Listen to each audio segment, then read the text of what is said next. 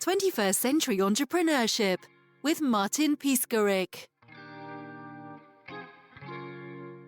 Authenticity in entrepreneurship is one of the most important things you can kind of internally have foresight on when creating or starting a brand or starting a business, right? You have to put yourself in that business, meaning, all of your emotions, all of your processing, all of your thought patterns, the way you feel. It has to be inside that business in some form or fashion.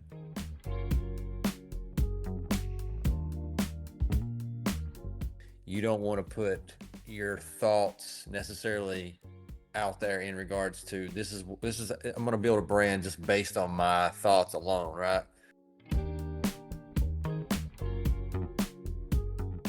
You want consumer feedback. You want to make sure that you're going to market correctly, and you don't want to put your situation only in the market. Meaning, for example, when I was building Unify Water, it was my thought that we were going to go into, we had 2 SKUs, and it was my thought that we were going to go into more gyms out of the gate than more C-stores or retailers. So I doubled down on our 1 liter bottles versus our 20-ounce bottles. And so when we went into market, well, retail was shouting that they wanted us, and we kept selling through. And, kind of the gym play, the food service play, it was about 20% of the business when everything else was about 80%. So we were kind of upside down with our inventory. And that was my fault on making that initial judgment based on kind of my persona, the way I lived my life. And I thought we were going to do that. We were going to go to market that way.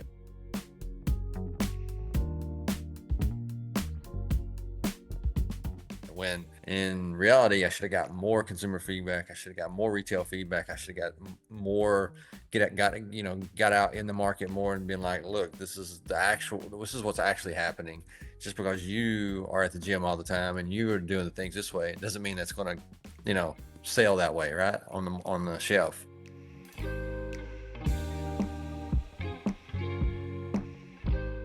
So authenticity is amazing, and you have to have it, and you have to put it in your brand. But at the same time, you don't want to lead into market with, you're only yourself and only your perspective and thinking about yourself only in your, your daily life, et cetera, et cetera. So it's a kind of a duality that you have to, kind of start with and build with through that, through your business.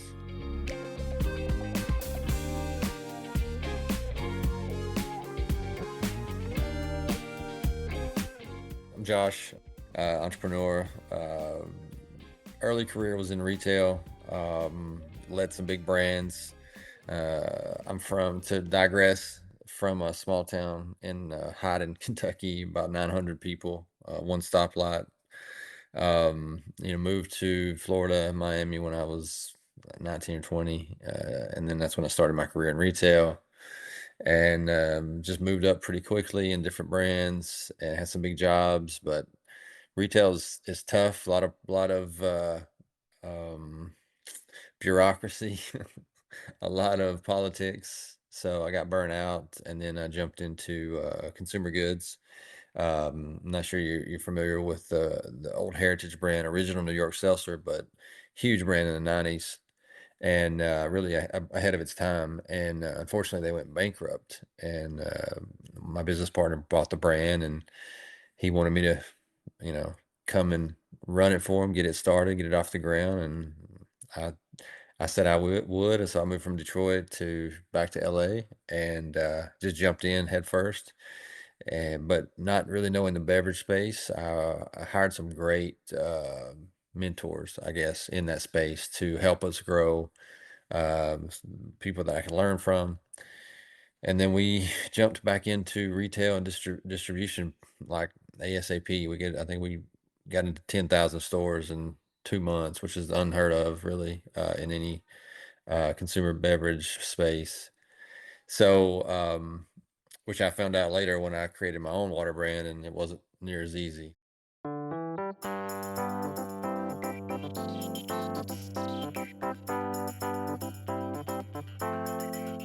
From there, I handed it off to the mentors that I brought on board probably 13, 14 months after. I stayed on the board of directors up until July of 22 when we sold the brand, which was pretty cool.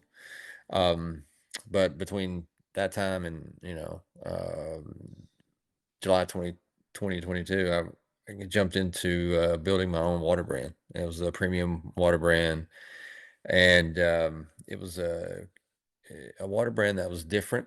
When you think about how you want your brand to stand out, and going back to the point of authenticity, it had to be super authentic and it had to be different, but it had to be, you know, approachable.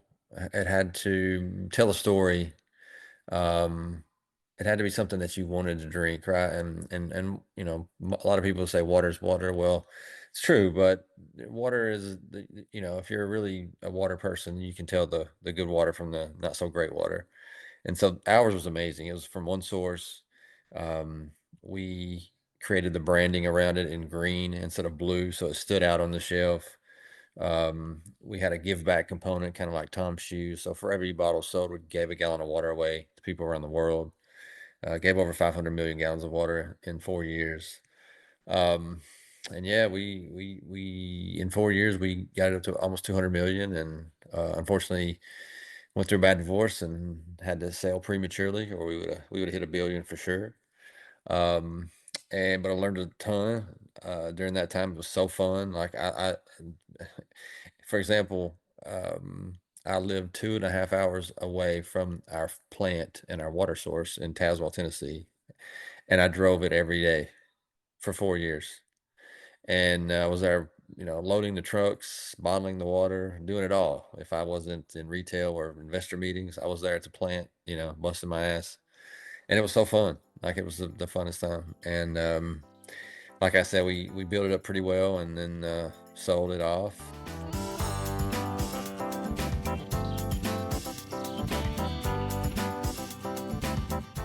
Then I jumped into something else pretty quickly.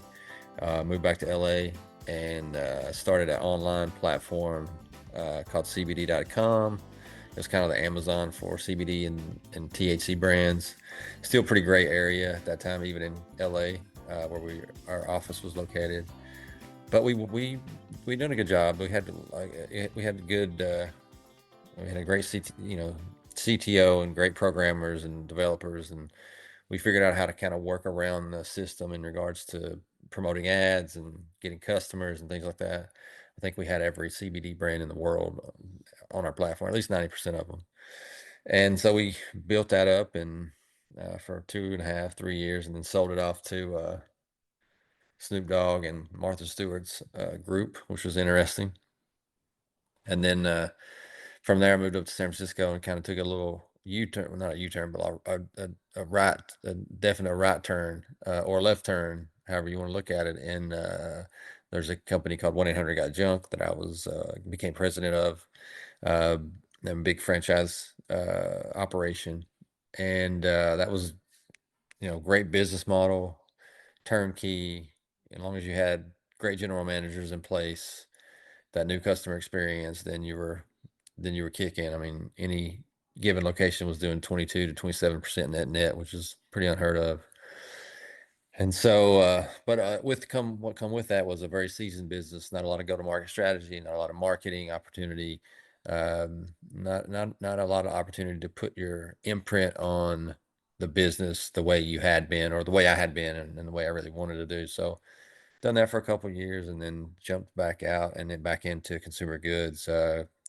Took over this innovative kombucha product, which is powdered kombucha, and we grew that from 0 to 250 million. And the board wanted me to move to Wisconsin, and unfortunately, I didn't want to go to Wisconsin, so um, brought someone else in, so I kind of exited that.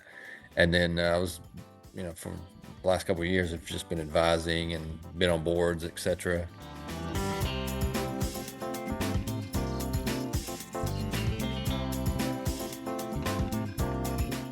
And then about 10 months ago, 9 or 10 months ago, these guys found me, and they were wanting to build a new snack brand. And the snack brand was based on ketosis and fasting, and kind of the diabetic angle as well. And I'll tell you more about it. But these guys, one of them was a doctor, one of them was a scientist, and they had been friends since college. And they were overweight, so they started going on this weight loss journey, utilizing keto and fasting for their weight loss. And being doctors, they were trying every quote unquote keto friendly snack in the aisles, and they would blood test themselves afterwards. And no matter which product they tried, their blood sugar would spike automatically every time. So with knowing this, they're like, let's just make our own snacks. And so they started making their own. They found the right recipe, found the right formula, and found something that didn't spike their blood sugar. So they utilized those through their diet. They lost over 100 pounds each. Actually started gaining clients and adding clients to this program they were doing, um, and utilizing these snacks. And so about 10 months ago, they're like, look, these snacks are great. We need to put this in the market. And so some folks found me, and the ethos of the brand, which is, health related, wellness, fitness, on the keto side and the fasting side, and delicious cookies or delicious snacks as well. But what really got me was the opportunity to help the almost 100 million people with diabetes in the U.S. There's really no safe snack that they can go to and not have to check their insulin every time. But with ours, you don't have to. So we're aiming to be the number one safe, most delicious snack for diabetics on the planet. And we actually have a patent on our formula, the way it's delivered in your system. And again, it doesn't spike your blood glucose or sugar or insulin. So we're super excited about what is to come with this brand. It's called Feast Fast.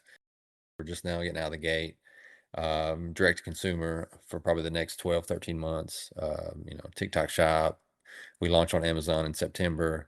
We currently got 4 SKUs, 4 different flavors of cookies, which they're all great. And then we got some big things coming with cereal and crackers, hopefully before the end of the year. So super excited about it. And I think what I'm most excited about is like it's going to help a ton of people, I think.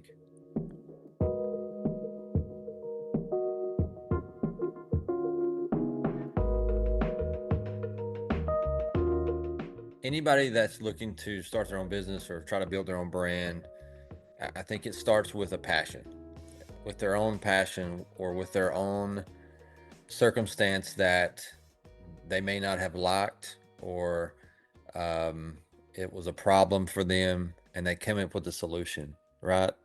So if that's the case, then you probably have a great idea on market fit. All I would suggest is just go out, if you have a prototype, if you don't, get a prototype, and then go to your friends, go to your family, go down the street, out on the street corner, whatever you got to do to talk about this idea, this product, show it, tell it, let people feel it, let people understand it, and then get honest feedback, right? And if your feedback is 90% positive, then you probably have something great. And then that's when you really need to start thinking about, well, how do I get this into market? How do I mass produce this? Do I go big or do I go small? Those are all great thoughts and questions. I would say in today's digital world, if it's a product that is easy shipped, that you can create premium presence for, which means it's a little more little more price point, but there's value in it. That way you're building your margin. Always think margin, margin, margin, profit, profit, profit. It used to be in consumer goods, it was always revenue, revenue, revenue. Now that's changed over the last 7, 10, 15 years. It's profit before anything. So just make sure that, you have a good enough margin if you're direct to consumer, that it's easy, like I said, it's easy shipped. It's not going to be a hindrance to the consumer to receive. You can create a good presentation within the shipment, and then direct to consumer through your website. It's not rocket science. And I would say the first 2, 3 months, utilize that direct to consumer through your website before you jump into Amazon or another platform, just because other platforms don't give you that customer data that you need down the road. So building up 2 or 3 months of your own customer data to have that before you jump into Amazon, I think is always a good idea. And Amazon's going to take a little more margin. They're going to be a little more bullish on some things, but at the same time, you need Amazon because that's that they've built their brand where everybody needs them, and they're the shipping, and they just make it accessible and easy. So you really have to be on there. But I think you can wait 2, 3, even 4 months before you jump in, just so you can have that customer data. So I think that's probably where I would begin, in regards to, just going back to a problem. I think I got a solution. Do I have a solution? Let me get feedback, and then kind of go from there.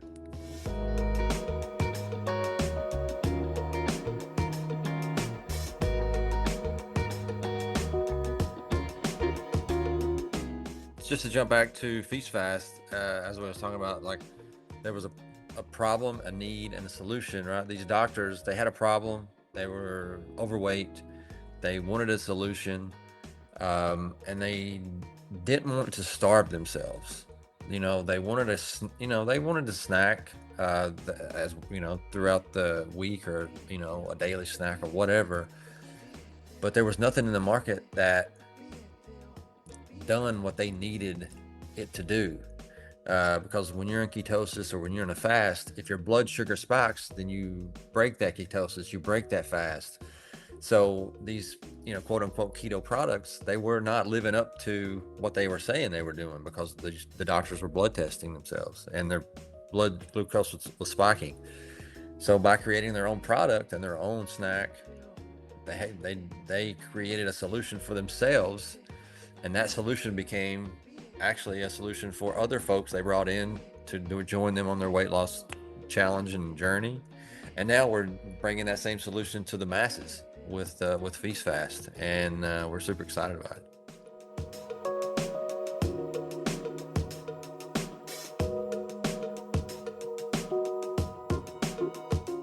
Just as we mentioned with the doctors needing, trying to find a solution to their problem. It's funny because my wife, and myself, we're creating a startup in the tech space, and it was a solution that was a huge problem for us. And she's taking on that burden and running with this new startup. But to give you a little background, we had a tough time to get pregnant for 7 years. Never could do it. Done all the things, took all the drugs and the shots and whatever.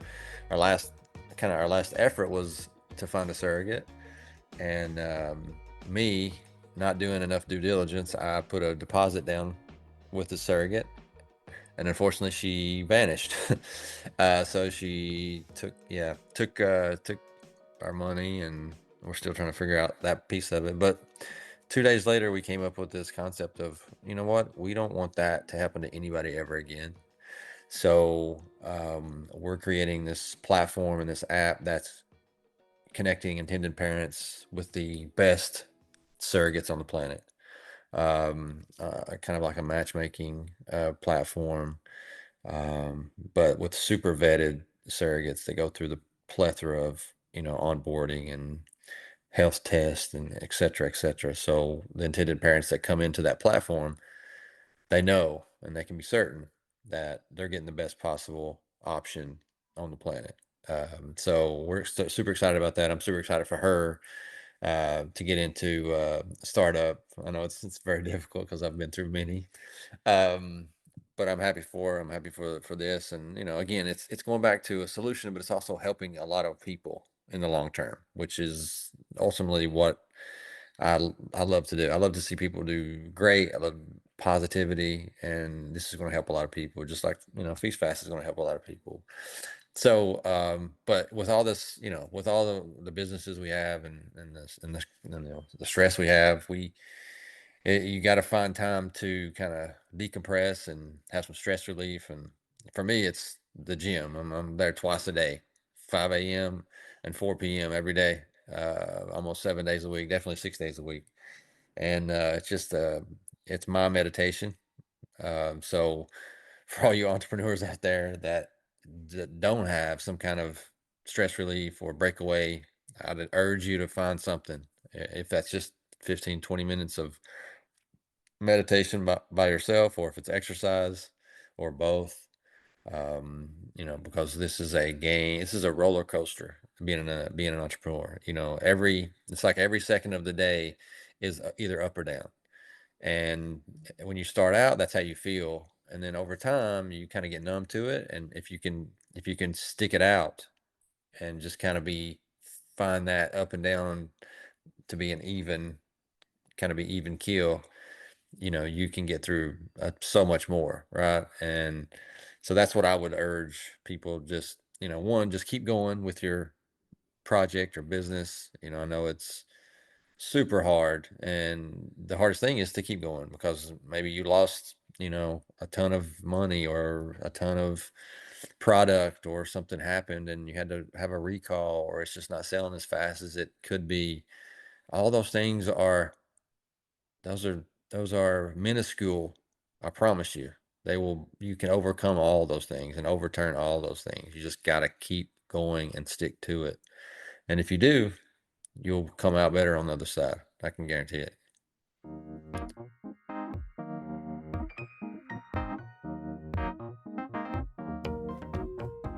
Just to get back to our current brand, Feast Fast, um, whether you're practicing keto, or whether you're practicing fasting or intermittent fasting, um, you know, these diets, and these fad diets and quick diets or whatever, they're not the solution. So whatever you're doing, just make sure it's consistent, and make sure you're not overdoing like the low calorie, or just make it a lifestyle choice. And once you make it a lifestyle choice, then it's like, you don't have to have a Friday or Saturday cheat day or cheat meal. You can just have a snack every day, and integrate that into your diet, that into your life.